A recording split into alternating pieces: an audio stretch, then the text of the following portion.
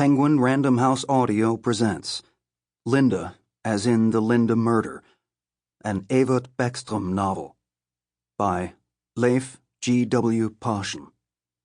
Translated from the Swedish by Neil Smith. Read for you by Erik Davies.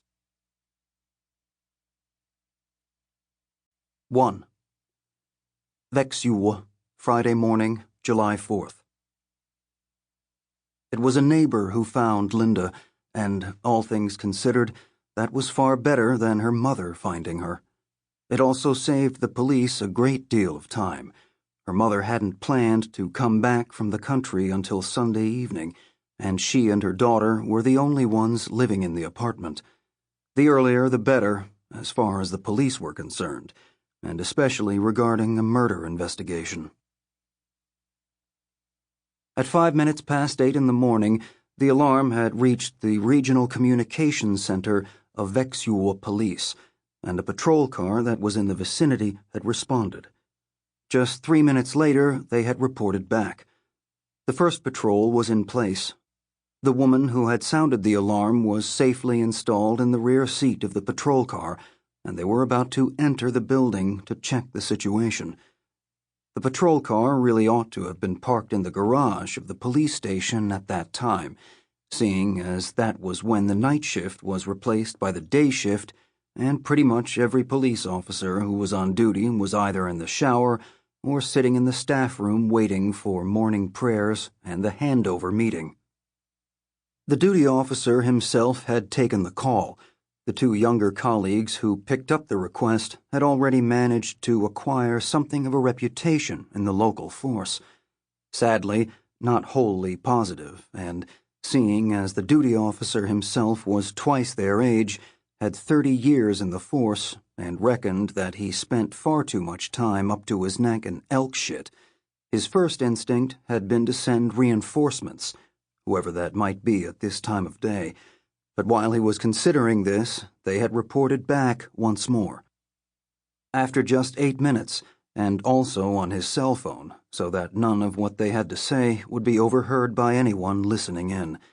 It was now 8:15, and the first report from the officers at the crime scene lasted about a minute. But most remarkably, for once, regardless of their age, experience, and reputation, they had done absolutely everything right. They had done everything that could have been expected of them, and one of them had even done more than that, got himself a little gold star in his service record, and in a way that had previously been unheard of in the records of the Vaxjo Police Authority. In the bedroom of the apartment, they had found a dead woman. Everything indicated that she had been murdered, and that this, how on earth they knew this, he didn't know, had happened only a few hours before. But there were no signs of the perpetrator, apart from an open bedroom window at the back of the building, which at least gave some indication of how he had left the scene of the crime. Unfortunately, there was a complication. The young officer whom the duty officer spoke to was convinced that he recognized the victim, and if she was who he thought she was, it meant that the duty officer had met her on numerous occasions over the summer, and most recently when he left work the previous day. "Not good, not good," the duty officer muttered, apparently largely to himself.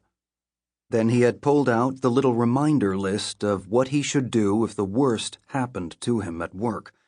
A laminated sheet of A4 with 10 things to remember, and the thought-provoking heading, "If the you-know-what hits the fan at work." He used to put it under the blotter on his desk at the start of each shift, and it was almost 4 years since the last time he had any reason to take it out. "Okay, boys," the duty officer said. "This is what we're going to do." Then he too had done everything that could reasonably have been expected of him, but no more than that, because you don't want that sort of excitement at his age.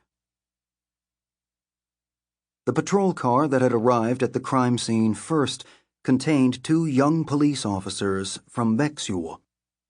Acting Police Inspector Gustav von Essen Sample complete. Ready to continue?